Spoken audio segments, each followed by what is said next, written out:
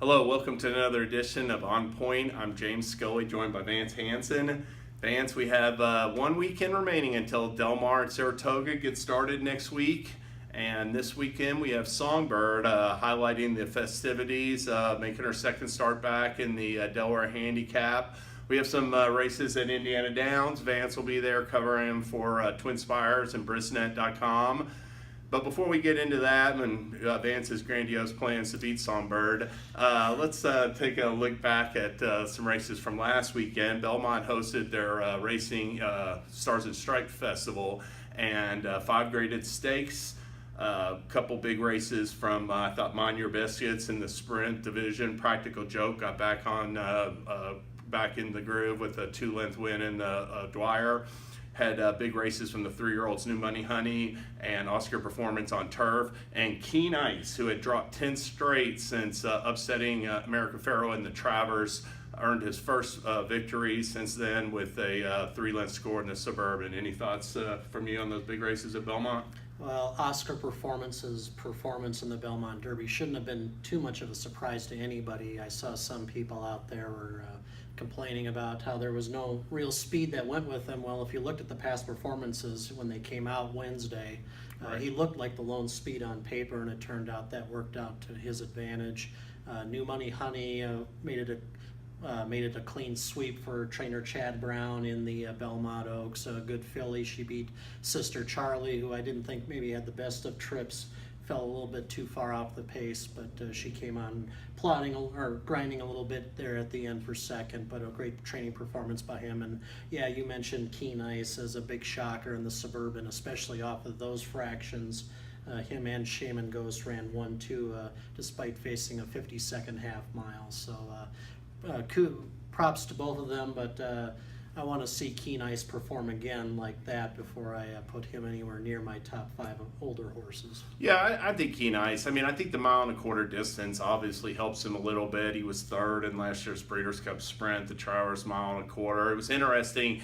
Pletcher said afterwards they may wait for the Jockey Club Gold Cup and not even run in a race like the Woodward at Saratoga. So, keep him at 10 furlongs. You would think that race, the Breeders' Cup Classic, are both on his schedule.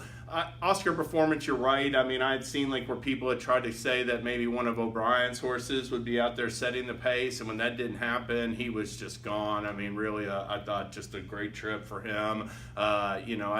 He's won 2 in a row, so he's doing very well right now for Brian Lynch. But both those races were unopposed wire wins, so you got to figure he'll be receive a stiffer test in an upcoming engagement. I thought Mind Your Biscuits was phenomenal. I think that sprint division is really shaping up to be a deep one this year. Dreyfong's coming back, and there's a bunch of other good horses like Roy H. and Imperial Hint and others that have emerged this summer. So looking forward to that. And as far as Practical Joke, I know you didn't mention that. Boy, I thought that was really a sharp performance, but it was at one turn. Their word is they're going to head to the Haskell off that Dwyer win, but it's just difficult for me. I mean, he's a talented horse, but right now it's difficult for me to have much faith in him at 2 turns. Yeah, I would kind of agree. I think 1 turn is his forte. I think their thinking now is, hey, we're going to try the Haskell, see how he does. It's 1 1/8 miles over a track that kind of favors speed. He kind of tends to rate a little bit close. So give him a shot there, and if it doesn't work out, we'll cut him back to 7 furlongs for the Alan Jerkins, formerly the King's Bishop. So right. I'll cut him some slack for that. It's $1 million race. It's prestigious, and with Classic Empire's workout issues and whether he's going to arrive at that destination in tip-top form, it kind of makes sense to maybe include him in that particular race. How about Arlington Million had a preview day for the Arlington Festival of Racing in mid-August. Any thoughts on those races? The clear standout for me was Donna Bruja, who made it 2 for 2 since her importation from Argentina. She won the Mint Julep at Churchill Downs, and I mean, if you watch that Modesty handicap at Arlington this past Saturday, it was just scary looking at how smoothly she was traveling, even though she was still a little bit behind the leaders at the quarter pole, but she was just moving effortlessly. You could tell the jockey hadn't even asked her yet, and she turned in a really good explosive kick down the stretch. And she's won 2 minor grade 3s so far to this point, but I wouldn't be surprised if she possibly won the Beverly D against what could be a very top-class field internationally and domestically. Yeah, you have to think Lady Eli won't be in Beverly D. It doesn't look like she's going to probably stay in New York.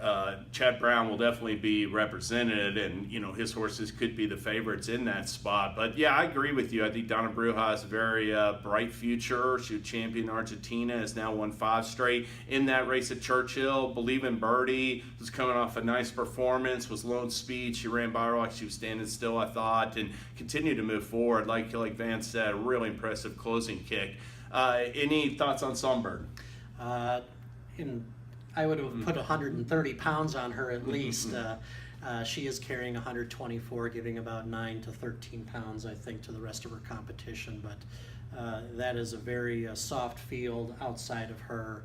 She should win that race for fun, and it'll be a great victory for owner Rick Porter, who's been battling cancer. And Right. Wilmington, Delaware is his hometown. It's his hometown race. It's the most important race in the state, and so best of luck for her. And he just missed with Top de Grace That's in right. there, and would love to win that race for the first time. And you got to figure she's going to do that. I'll mention before we get out of here the Indiana Derby.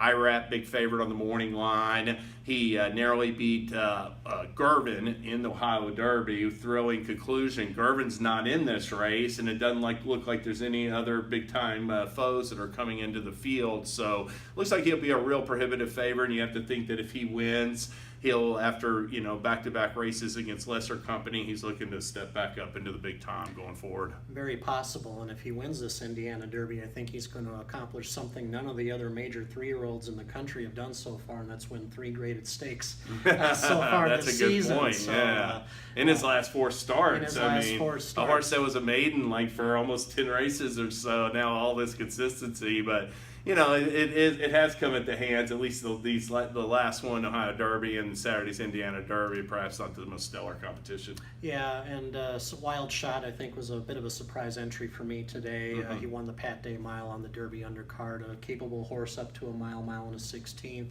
Adds a little more spice to the race. And I think the undercard on the Indiana Derby day, especially the turf races, has come up really strong. So lots of good racing for you to bet on that particular Saturday night card. I'll be at Indiana Grand starting late Friday afternoon, giving you kind of a look at all the happenings going on both that afternoon and Saturday night on Derby night. So follow along on brisnet.com, twinspires.com, and the respective Twitter feeds.